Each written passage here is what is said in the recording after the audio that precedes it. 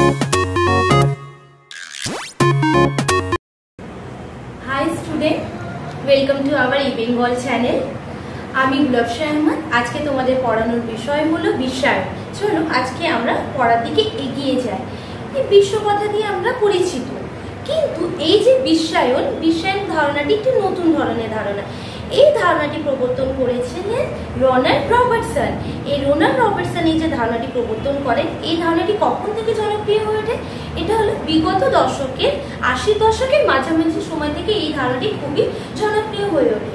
এই বিশ্বায়নের নানান ধরনের সংজ্ঞা আছে, কিন্তু একটি সার্বজনীন সংজ্ঞা এর নেই। আমরা নর্মালি বিশ্বায়ন বলতে কি বুঝি? একটা বিশ্বজনীন ধারণা। বিশ্ব মানে বিশ্বায়ন হলে একটি এক সূত্রে সারা পৃথিবীকে ধরে রেখেছে বা বেঁধে রেখেছে। এই বিশ্বায়ন বলতে আমরা কি বুঝি? যে বিভিন্ন মানে জাতিসমূহের মধ্যে বিশ্বজনীন ভ্রাতৃত্ব বা সংহতি সাধন বা ইন্টারডিপেন্ডেন্স, এটা হলো ইন্টারন্যাশনাল ইন্টারডিপেন্ডেন্স সৃষ্টি করছে। জোসেফ স্টিগলি বলেছেন যে ওনার মতে হলো বিশ্বায়ন কি বলতো? বিশ্বায়ন হলো যে বিভিন্ন দেশ ও তাদের জনগণের মধ্যে একটা ঘনিষ্ঠতর সম্পর্ক বা সংহতি সাধন, এবং এই যে সম্পর্কে এক দেশের সঙ্গে অন্য দেশের, এটা কি করে আমাদের এই বিশ্বায়নের ফলে আমাদের এক দেশের সঙ্গে অন্য দেশে যে যাওয়ার যে সময় এবং খরচটুকু হতো যেটা, এটা অস্বাভাবিকভাবে হ্রাস করেছে।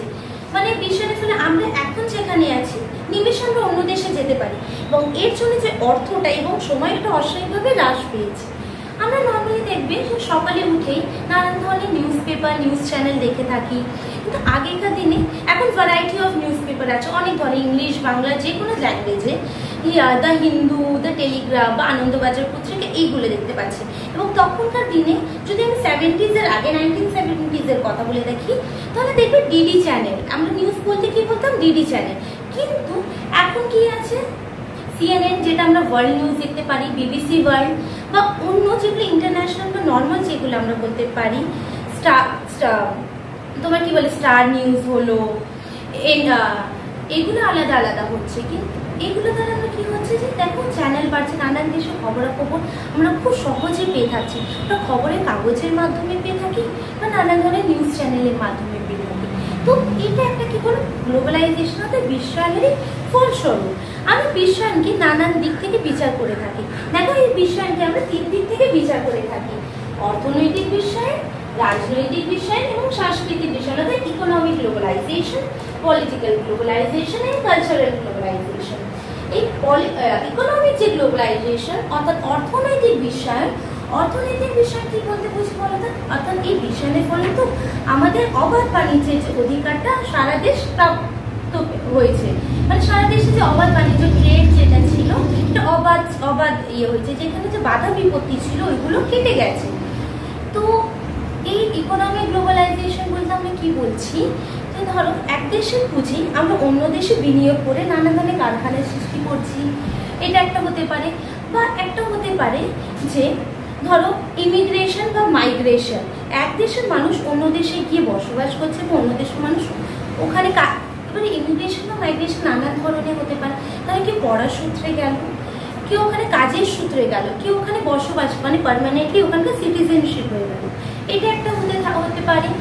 বা একটা দেখা যায় যে তোমার পুরোপুরি কিছু ঋণ টাকা দিল, ওখানে পুরোপুরি কাজটা একটা কারখানা স্থাপন হলো, কিন্তু যে জিনিসটা তৈরি হলো যে প্রোডাক্টটা ওটা আবার সেই দেশে ফিরে গেল। আমি তার এক্সাম্পল দিয়ে বোঝাচ্ছি যে যেমন ধরো কোনো একটা কাপড় বা টি শার্ট তৈরি হচ্ছে, ঠিক আছে, ওটা ধরো ইন্ডিয়ান প্রোডাক্ট, ঠিক আছে, কিন্তু ওটা কস্ট প্রাইস কমানোর জন্য আমরা কি করি যে ওই যে টি শার্টটা তৈরি হচ্ছে ওর জন্য যে সুতো ব্যবহার করা হচ্ছে, সেই সুতোটা কিন্তু চায়না থেকে এসেছে, সেই চায়নার সুতো ব্যবহার, কিন্তু ওটা যেটা ম্যানুফ্যাকচার হচ্ছে ওটা অ্যাকচুয়ালি থাইল্যান্ডে হচ্ছে।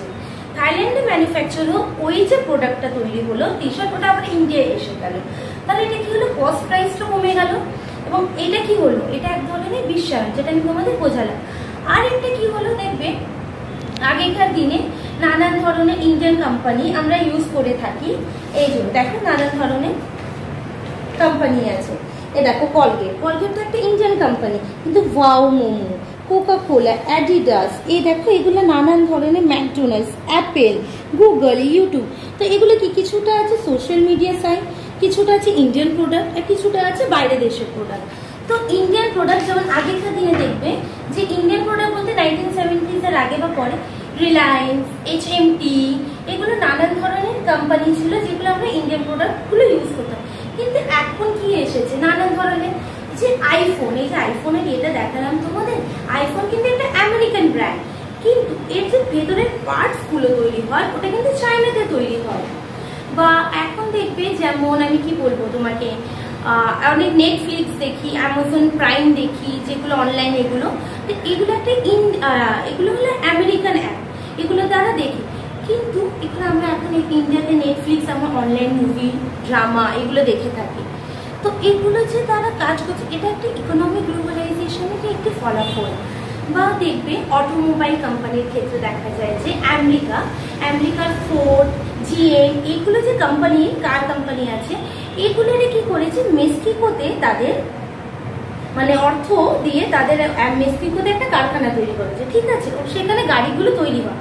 কিন্তু ওর ভেতর যে পার্টসগুলো দরকার যে গাড়ির জন্য, সেই গাড়ির যে পার্টসগুলো কোথায় থেকে আমদানি করা হচ্ছে, কোথায় থেকে, সাউথ কোরিয়া, জাপান, জার্মানি। তো এটা কি হচ্ছে দেখো, এক দেশের প্রোডাক্ট, অ্যাকচুয়ালি এইগুলো আমেরিকান কোম্পানি, তৈরি হচ্ছে মেক্সিকোতে, কিন্তু প্রোডাক্ট যেগুলো পার্টসগুলো আসছে কোথায়, বিভিন্ন দেশ থেকে। তো এটা কি হচ্ছে, একদিকে ইন্টারডিপেন্ডেন্সির সৃষ্টি হচ্ছে, এবং এই যে অর্থনৈতিকভাবে একটা দেশ এক দেশের সঙ্গে মিশে যাচ্ছে। তো এটাও হলো একটা ইকোনমিক গ্লোবালাইজেশন। এ দেখো আমি বলেছি export import, technical line, food ইন্ডাস্ট্রিতে, যেটা আমি এখন কথা বললাম ওটা ফুড ইন্ডাস্ট্রির কথা বললাম। আর এক্সপোর্ট ইম্পোর্ট কি, ইন্ডিয়া নানান ধরে কি করে, নানান দেশ থেকে কিছু জিনিস আমদানি করে আর কিছু জিনিস রপ্তানি করে।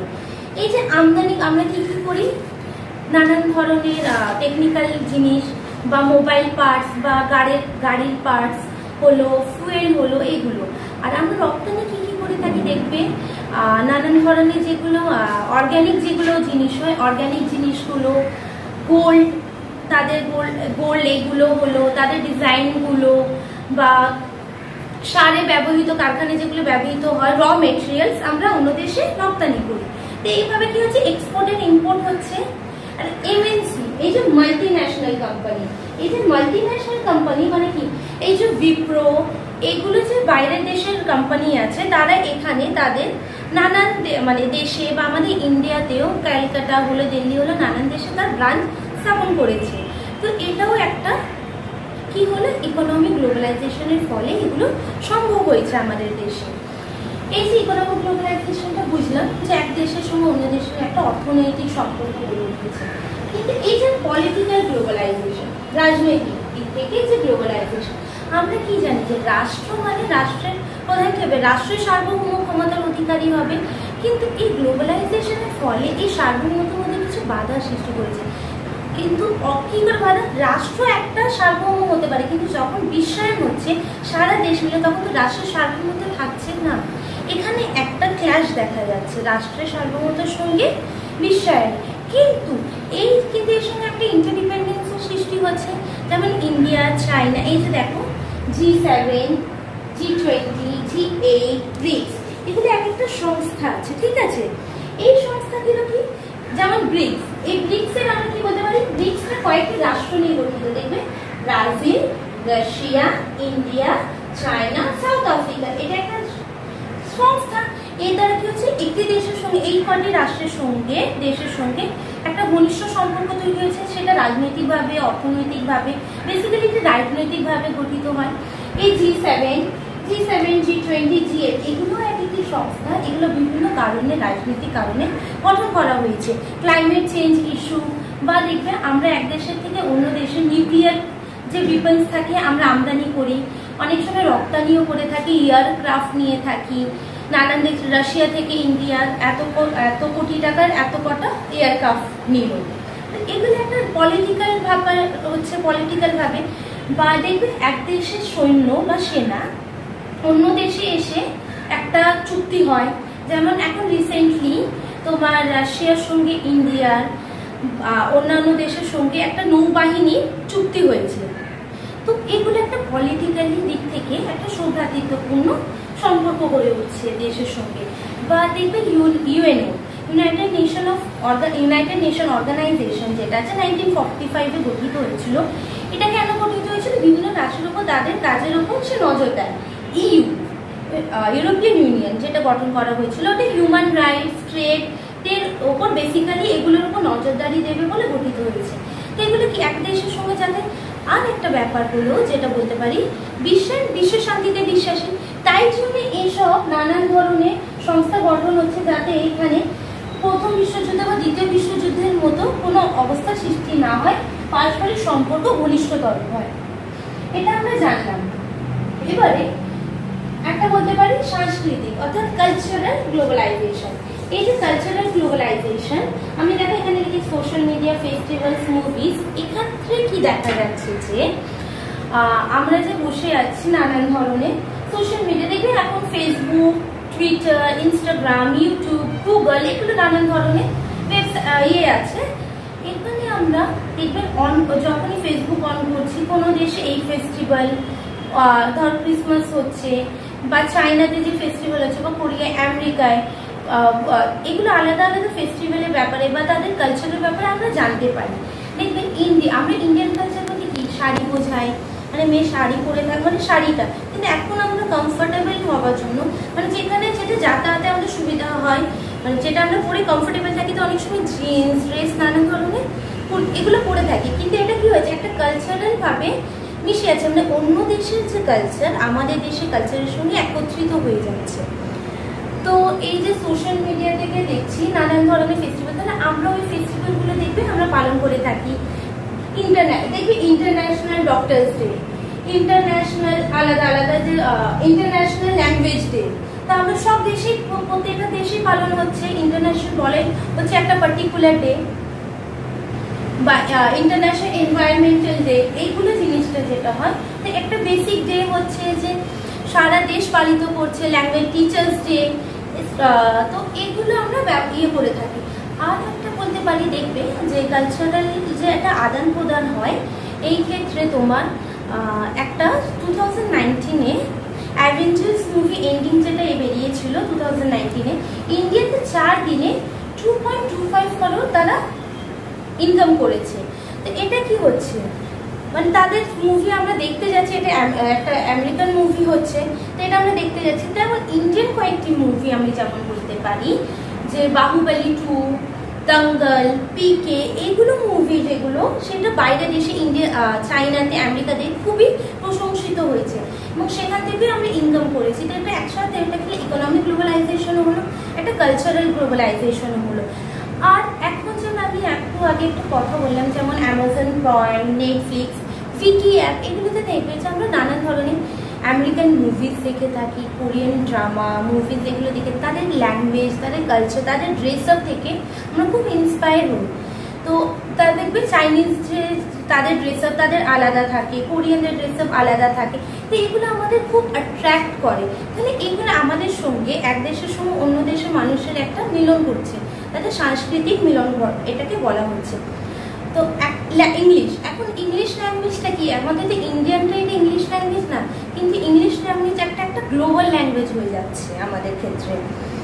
তো এখন ইংলিশে সব, মানে যে কোনো দেশে কথা বলে ইংলিশ একটা, মানে কি বল, কমিউনিকেশনের একটা মেন ল্যাঙ্গুয়েজ হয়ে যাচ্ছে, যে এক দেশের সঙ্গে অন্য দেশের মানুষ এই ভাষায় কথা বললে আমরা বুঝতে পারছি।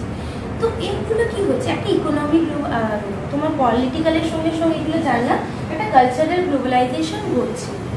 তো এখানে আমি আজকে আপাতত এর মেরিটসগুলো পড়লাম। আমি এই যে কালচারাল বা সোশ্যাল এগুলো যে পড়েছি, এটা একটা, এগুলো মেরিটস হলো, মানে গ্লোবালাইজেশনের সুবিধা, কিন্তু কিছু এই গ্লোবালাইজেশনের ফলে কিছু অসুবিধার সৃষ্টি হতে পারে। এটা আমি পরের ভিডিও দ্বিতীয় অধ্যায়টা করব। Thank you. যদি তোমাদের এই আমার পড়ানোটা খুব ভালো লেগে থাকে, তাহলে তোমরা লাইক, শেয়ার, সাবস্ক্রাইব করবে। Thank you.